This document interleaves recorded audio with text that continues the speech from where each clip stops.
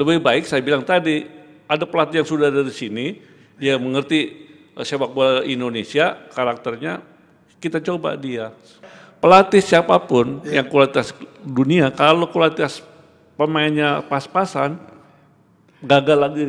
Aku nih denger jadi miris ya. Ketika kita bicara tentang pemain, akhirnya pragmatis menempuh jalan menaturalisasi, diaspora lah istilahnya. Insan.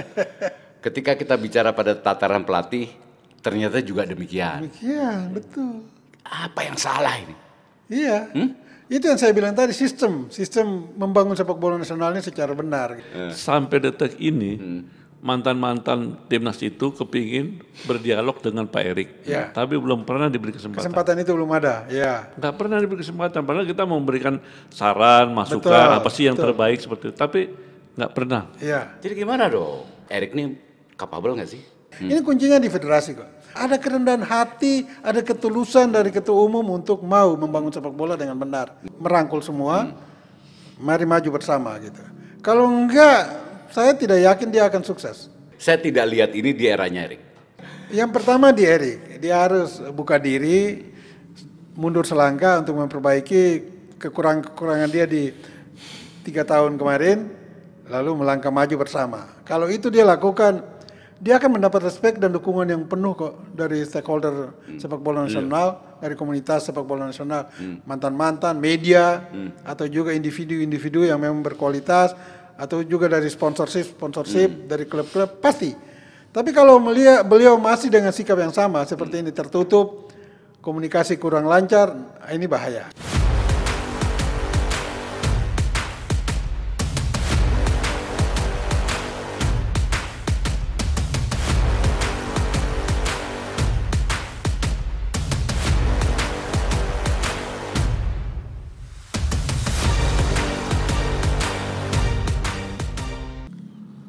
Sahabat Rai Soccer TV, jumpa lagi dengan Bung Yes.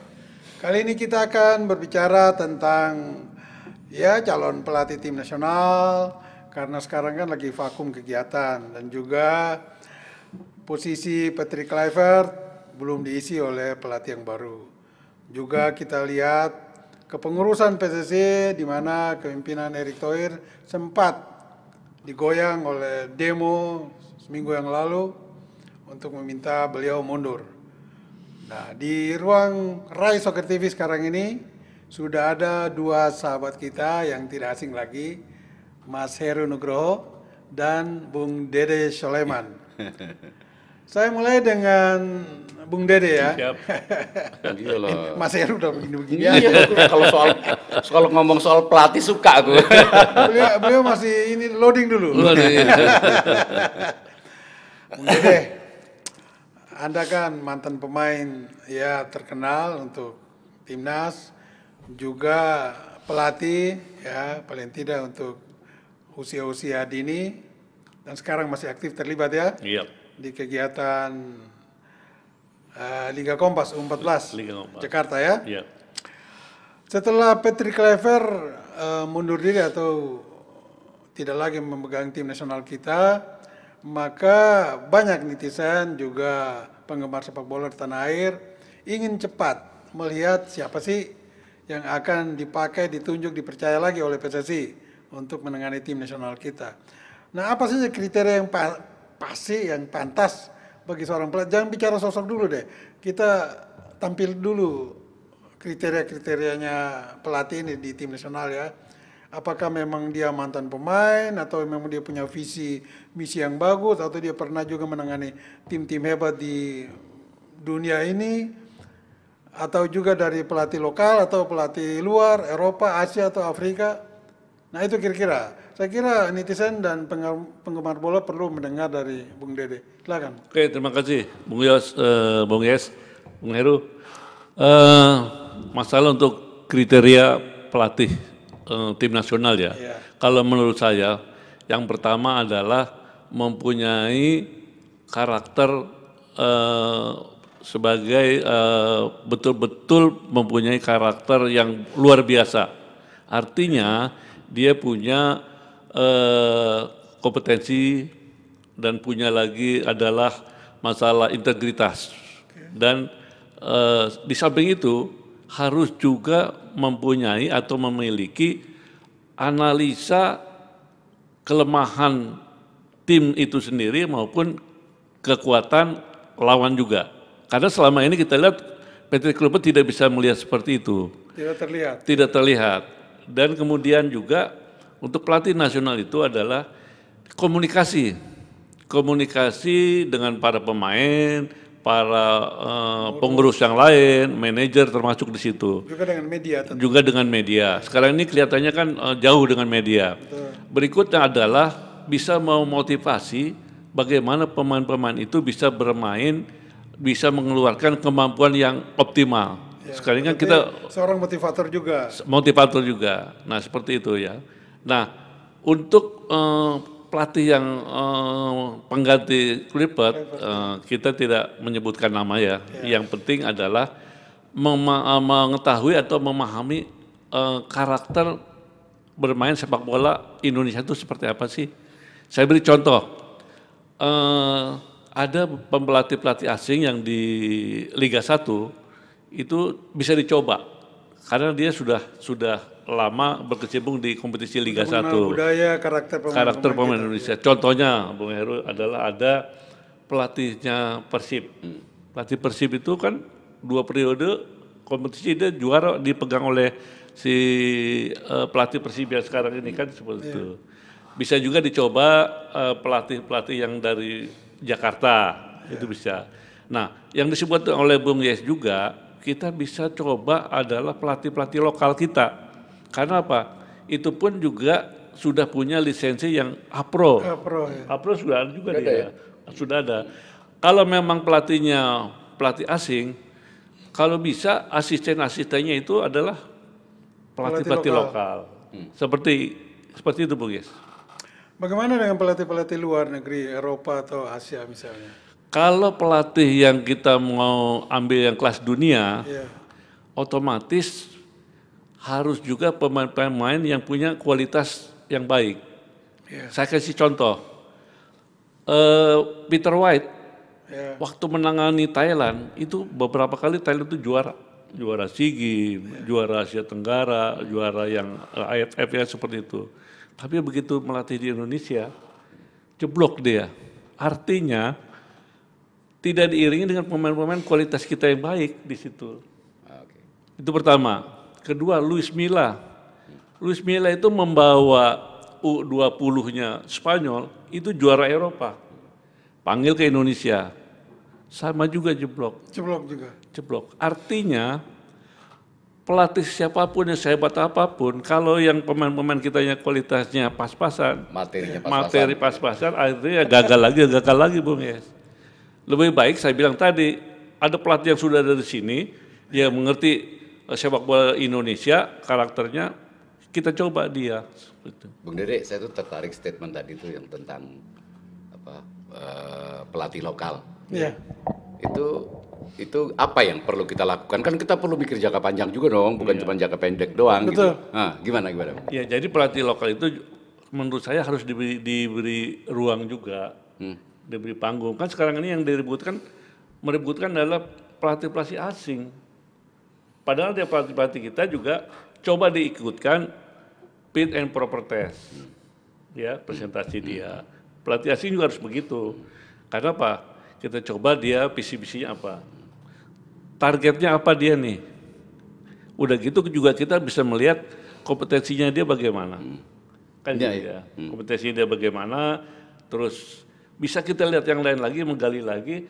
Pelatih lokal pun kita fit and proper test. Kalau dia mampu kenapa tidak? Kan gitu. Saya tuh melihatnya kayak gini, Bung ya.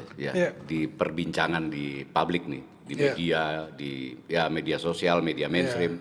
Ketika ngomong pelatih nasional, yang yang tercetus itu selalu nama-nama pelatih-pelatih yang beken-beken gitu. Kan artinya udah mikirnya udah ngomong jangka pendek semua kan? Iya, betul. Nah, kan mestinya juga sebagai sebuah satu kultur sepak bola di Indonesia jangka panjang gitu kan. Kan mestinya juga membangkitkan kultur jangka panjangnya gitu. Betul. Nah, pemikiran-pemikiran tentang pelatih lokal kan mestinya mulai ditumbuhkan dong. Gitu. Iya. Nah, mulai dari mana kita kalau ngomong menumbuhkan pelatih lokal? Begini, memang saat ini kan isu yang ramai itu bicara tentang calon pelatih tim nasional. Tapi saya sepakat dengan Mas Heru tadi, kalau bicara jangka pendek oke, tetapi sepak bola ini kan harus bicara jangka panjang, Iya dong. bukan jangka Iya, pendek iya, saja. iya. Dan dari pengalaman saya sejak tahun 1980-an ketika PSSI dipimpin oleh Pak Cardono, sampai dengan saat ini sudah sekitar 10 atau 11 ketua umum, itu selalu bicara soal jangka panjang. Tetapi mereka tidak melakukan persiapan untuk jangka panjang itu. Sistem Jargon pertama, doang gitu ya. Iya, jargon doang.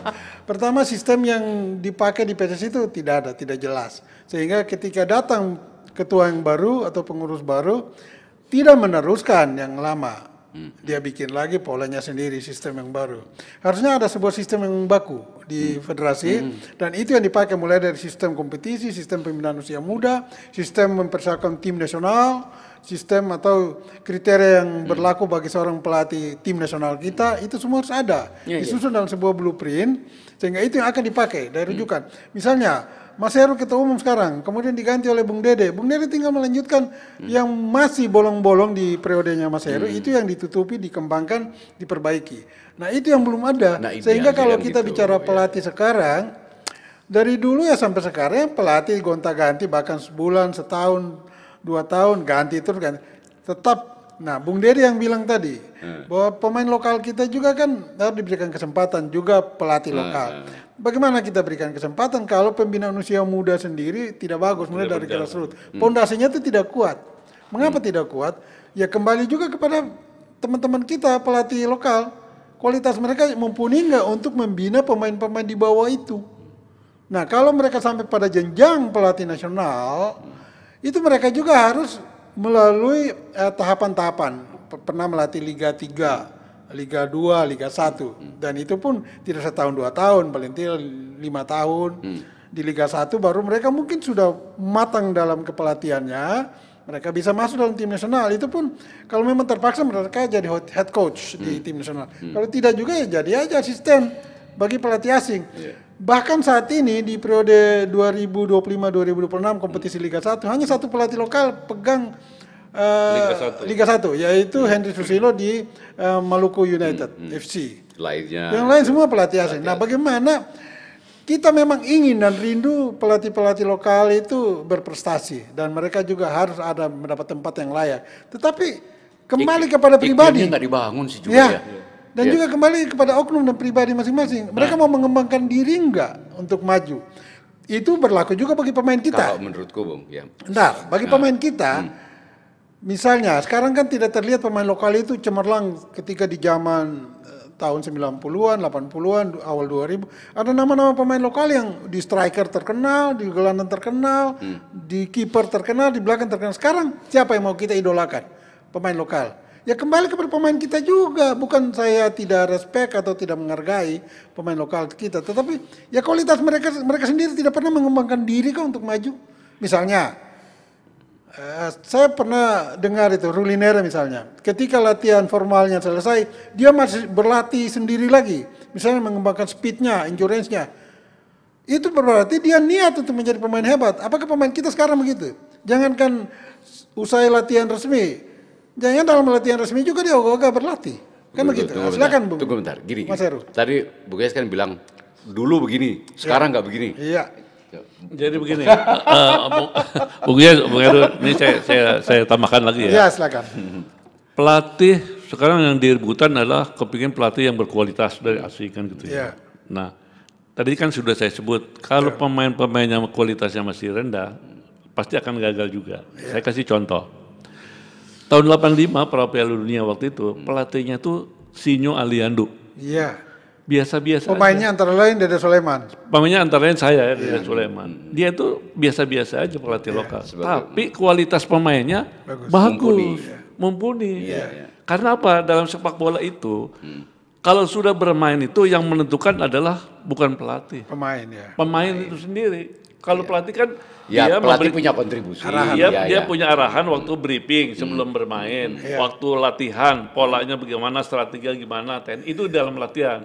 Tetapi begitu bermain, yang menentukan 100% itu adalah si pemain itu sendiri, para pemain.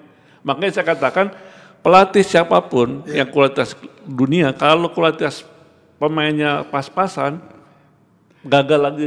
Aku nih dengar jadi miris ya. Ketika kita bicara tentang pemain, akhirnya pragmatis menempuh jalan menaturalisasi, diaspora lah istilahnya. Instan. Ketika kita bicara pada tataran pelatih, ternyata juga demikian. Demikian, betul. Apa yang salah ini? Iya. Itu yang saya bilang tadi, sistem membangun sepak bola nasionalnya secara benar gitu. Kalau dalam misalnya ibarat satu taman gitu, iklimnya iklimnya itu belum ketemu dan belum dijalankan secara baik oleh federasi. Ini kuncinya di federasi kok. Mulai dari organisasi dibenahi, grassroots dibenahi, kompetisi dibenahi, dan tim nasional dibenahi. Begini, misalnya contoh ya, mengapa pemain-pemain kita stoknya hampir tidak ada saat ini? Di periode awal 2000 sampai sekarang, misalnya kita ada muncul pemain-pemain yang memberi harapan, misalnya ada Andik Firmansyah waktu itu disebut-sebut kemudian Evan Dimas sekarang Beckham Putra. Andik sama Evan Dimas sudah selesai. Ya, artinya sudah selesai itu, tidak bisa lagi berkembang. Nah, di Beckham Putra, apakah dia sadar bahwa dia itu punya talenta yang bisa menjadi pemain hebat?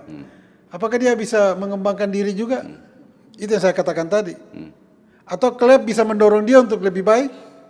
Itu pun harus dijaga semua. Misalnya juga harus ada komunikasi yang intens antara federasi dengan klub-klub, terutama dengan pelatih, untuk melihat dan menjaga pemain-pemain yang berpotensi untuk kedepannya. Dan itu dirawat, dibina, dikembangkan dengan baik di klub. Karena itu sumbernya di klub kok, bukan di tim nasional. Iya, jadi kunci dari persoalan ini, gitu, keywordnya federasi. Iya, federasi. Iya. Oke. Karena intinya itu mengarah, piramida itu kan mengerucut ke tim nasional nantinya. Apa disampaikan Bung Yes? Silakan. Kita tahu namanya hoki caraka. Apa? Hoki caraka. Di usia 17 sampai dia 19 itu bukan main dia bagus sekali. Tetapi begitu masuk di senior, dia kok kelihatannya tidak muncul. Nah, harusnya federasi atau pelatih tanya, kenapa nih anak ini kok mainnya menurun? Padahal dia punya potensi loh. Punya potensi dia. Di usia 17-19 dia bukan main bagus. Nah, federasi yang harus mengawal dan mengontrol kan. Nah, federasi itu siapa? Federasi itu badan tim nasional atau direktur teknik. Itu yang harus dia lakukan itu, bangun komunikasi ke bawah. Nah, pertanyaan lagi, sekarang PSSI punya badan tim nasional nggak? Kalau punya, lalu siapa ada di situ? Itu juga harus diukur. Kerja nggak gitu? Bisa apa enggak? Jangan hanya ada-ada aja, tapi tidak bisa bekerja, bahkan tidak berkualitas. Ini kan semua harus dipikirkan secara matang. Kan tadi kita udah bahas talenta nggak kurang, banyak, bahkan ada yang menonjol gitu.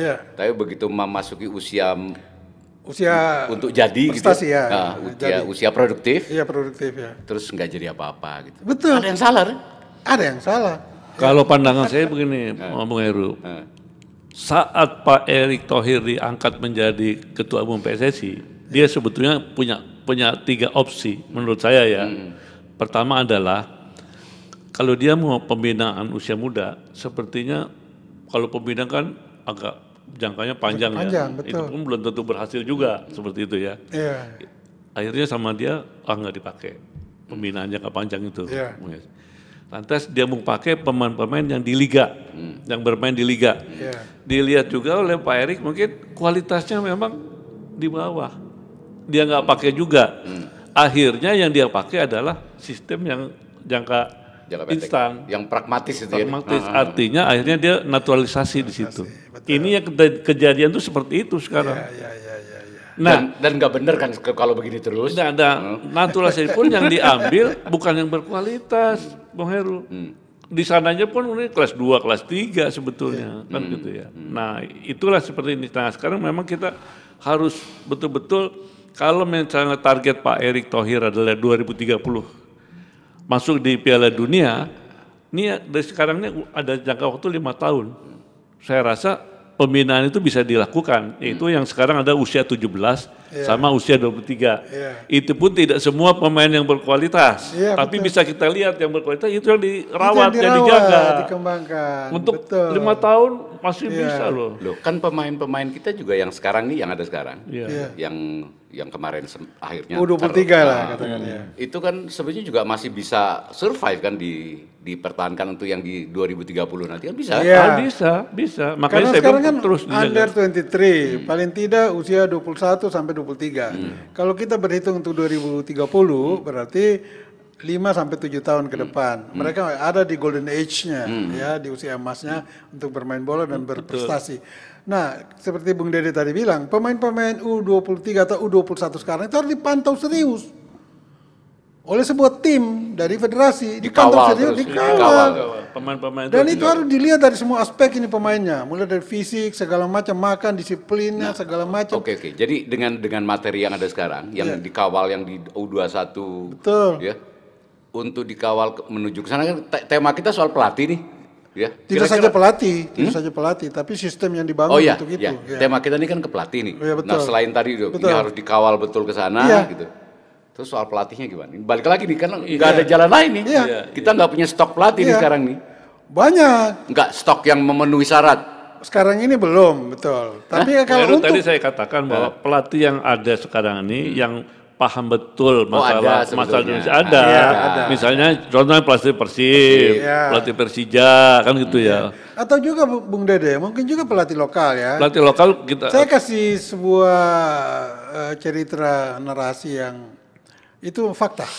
Indra Safri itu tahun 2010-2011 dia nobody kok, tidak dikenal di sepak bola nasional. Iya, ingat saya. Sama sekali tidak dikenal. Tetapi ketika revolusi itu terjadi, pergantian kepengurusan terjadi dan Indra dipercaya untuk menangani usia dini. Dan hari itu Pak Bob Hippie itu ada di semacam dirtek pengurus baru Pak Johar Arifin hari itu. Pak Bob itu menanyakan ke saya, Pak Yes ini usia dini kita kasih ke siapa yang bagus ya? Nah kebetulan Indra Safri hari itu ada dalam pergerakan juga ya. Saya bilang Indra aja. Tapi satu catatan Pak Bob, jangan intervensi Indra.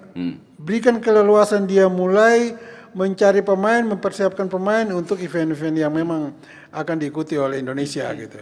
Oh begitu ya? Iya. Oh ya kita jalan. Makanya hari itu Pak Bob itu kasih kepercayaan penuh kepada Indra Safri untuk memilih dan melatih pemain dan menjadikan sebuah tim yang bagus. Hasilnya kan lumayan. Nah sekarang kan kita nggak tahu nih PSSI mau lakukan itu atau tidak. Kalau dia lakukan itu banyak kok teman-teman Bung Dede ini banyak yang sudah A-Pro sertifikatnya. Mereka kasih kepercayaan dong. Tapi no intervensi dari federasi atau siapapun. Kasih keleluasan, didanai operasional mereka sampai dapat sejumlah pemain diseleksi sampai pada mendapat 22 pemain yang memang ideal untuk mewakili Indonesia di event-event resmi. Itu harus dilakukan.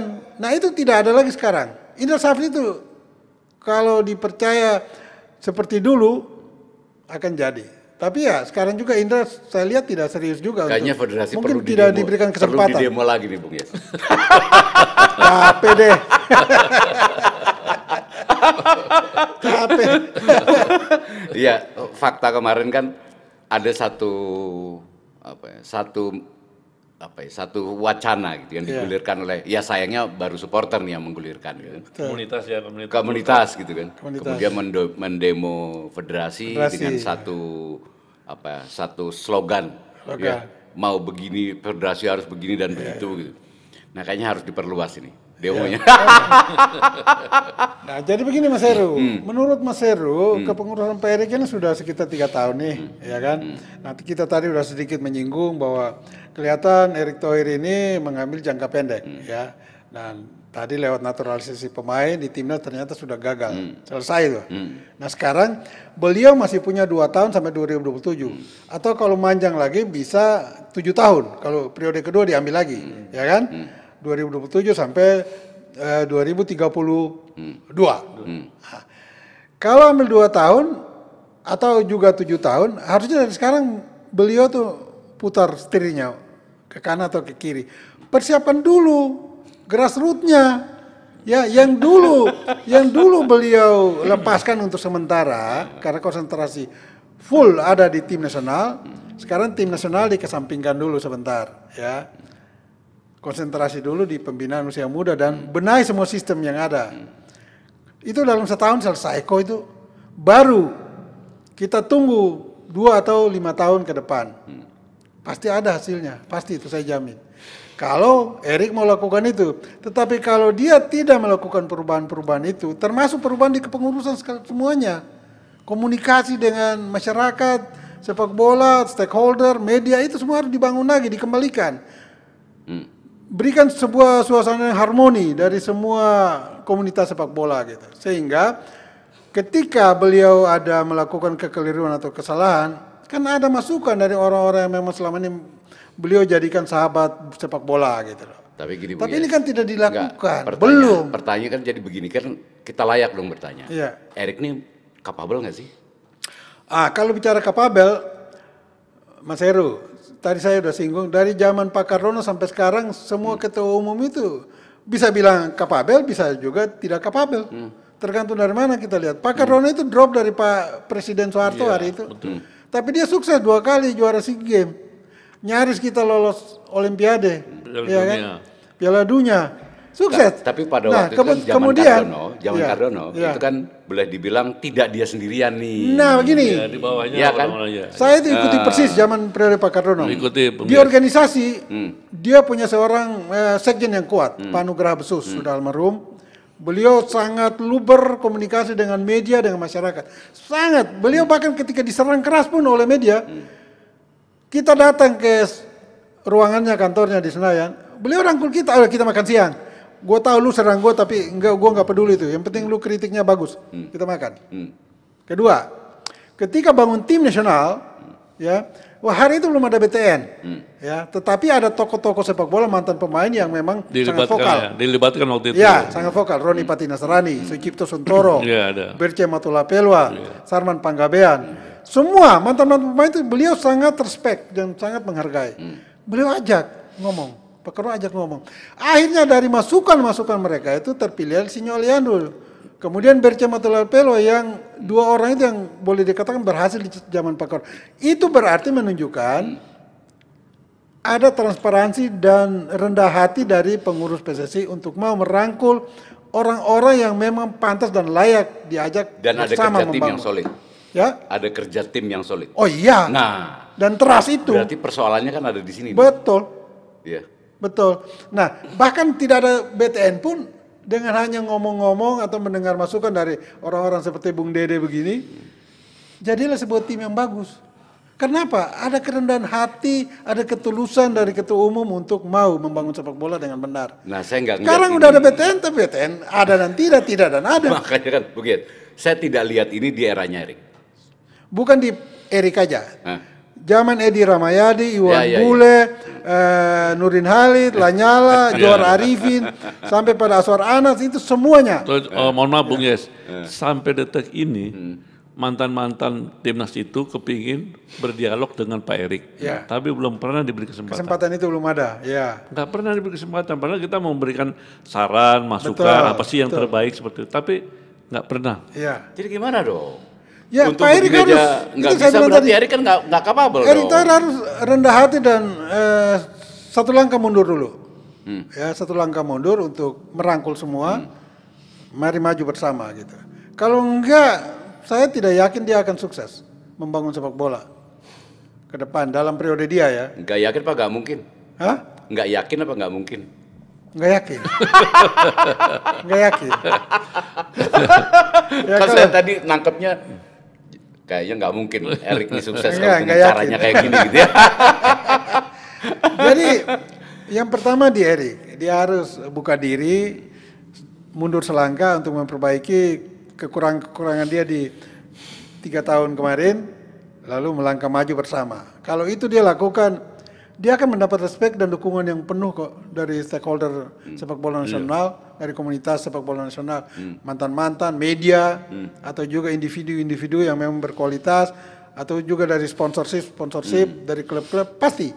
Tapi kalau melihat beliau masih dengan sikap yang sama seperti ini, tertutup, komunikasi kurang lancar, ini bahaya. Jangan harap. Jangan harap.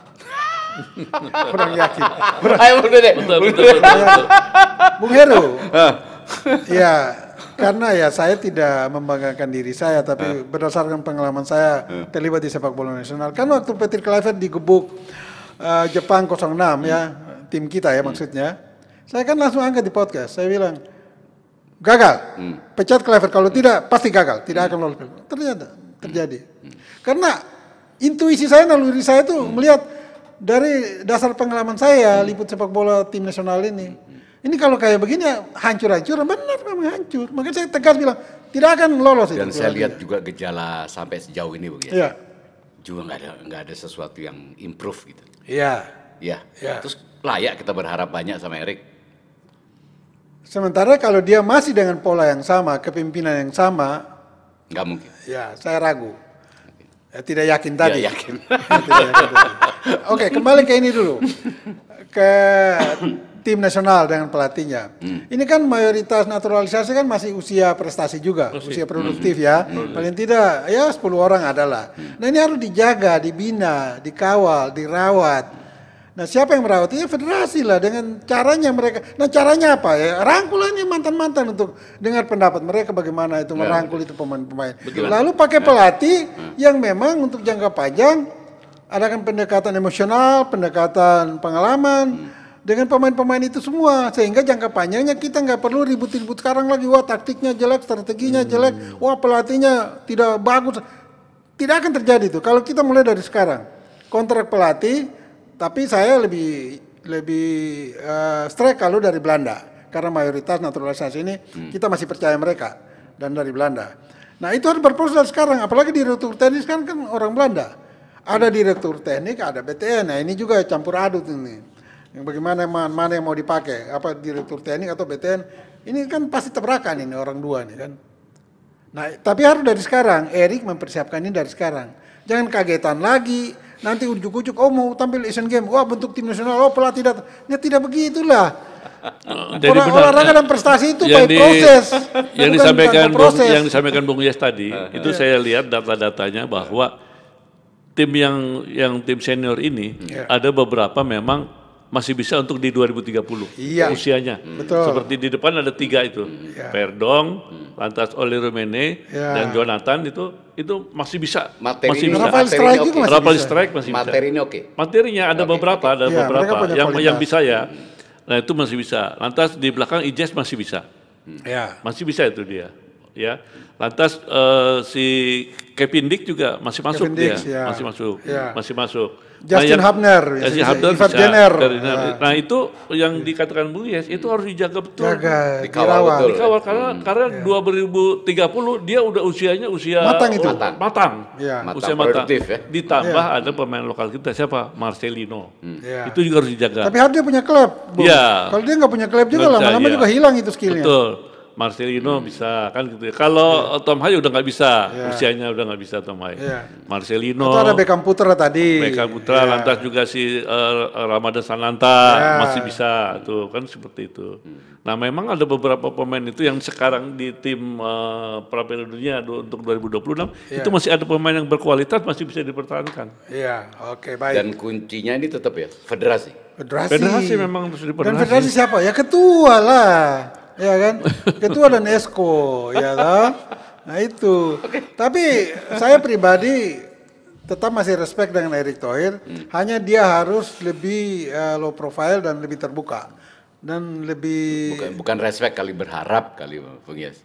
Enggak, karena kalau lihat-lihat dari seluruh kecuali Pak Kardono ya, setelah Pak Kardono dan sampai dengan Erick Thohir, Erik sedikit lebih baik, ya paling penting untuk jangka pendek, karena mungkin juga dia dalam posisi punya power, dia powerful betul, juga dia gampang untuk dalam tanda petik gampang untuk mencari dana, membiayai tim nasional, bahkan menaturalisasikan sejumlah pemain. Apalagi sekarang Menpora. Iya, tetapi dia juga punya banyak kekurangan.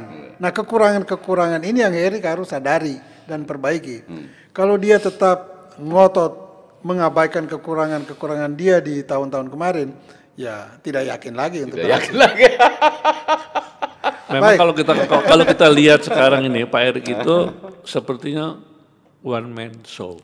Ya. Sepertinya seperti itu. Karena apa? Kita lihat tuh wakil-wakilnya juga nggak muncul. Ya. Seperti wakilnya kan ada 2 itu. Ya, Tisa Jainuddin Amali sama dengan Ratu Tisa. Itu Ya. nggak kelihatan nggak muncul. Tuh. Yang muncul kan yang Pak Erik dan sekjennya juga. Sekjen juga sama. Jadi boleh dong saya bilang, sampai sejauh ini saya masih ngelihat belum nampak kapabilitasnya. Ya, betul. Ya. Belum nampak, ya. belum ada arah ke sana gitu. Ya, artinya belum 100% lah. Oke. Baru 60 mungkin. Oke. Ya. Oke, baik. Mas Heru, closing statement silakan. Kalau dari saya gini, ya, jangan sampai 2030 ini cuma sekedar mimpi aja, ya, untuk membangun akhirnya apa ya, ya drama lagi buat bangsa ini. Oke. Menyedihkan. Gitu. Harus ada sesuatu yang serius di tangannya. Perubahan total ya, Oh, yang kelihatan betul. Harus. Oke, Bung Dede. Kalau menurut saya para pengurus federasi harus kerja keras karena Pak Erick Thohir punya target 2030 masuk Piala Dunia dan 2027 Asia. Targetnya 2 itu dia. Oke, Pak Piala Asia dan tembus Piala Dunia 2030. Iya, itu harus kita kerja keras dan semua komit bisa memajukan sepak bola Indonesia. Baik, semua rekan sahabat Rai Soccer TV, itulah pernyataan closing statement dari Mas Heru. Harus ada perombakan total, langkah revolusioner diambil. Dan juga dari Bung Dede yang melengkapi pernyataan dari Mas Heru tadi, agar tetap menjaga konsistensi kepemimpinan dari Pak Erik dan membangun sebuah tim untuk Piala Asia 2027 dan Piala Dunia 2030 kita bisa lolos. Dari saya hanya satu, Pak Erik sedikit rendah hati, mundur selangkah, merangkul semua dan maju bersama untuk sukses di 2030. Ingat, bola itu bulat. Giring terus.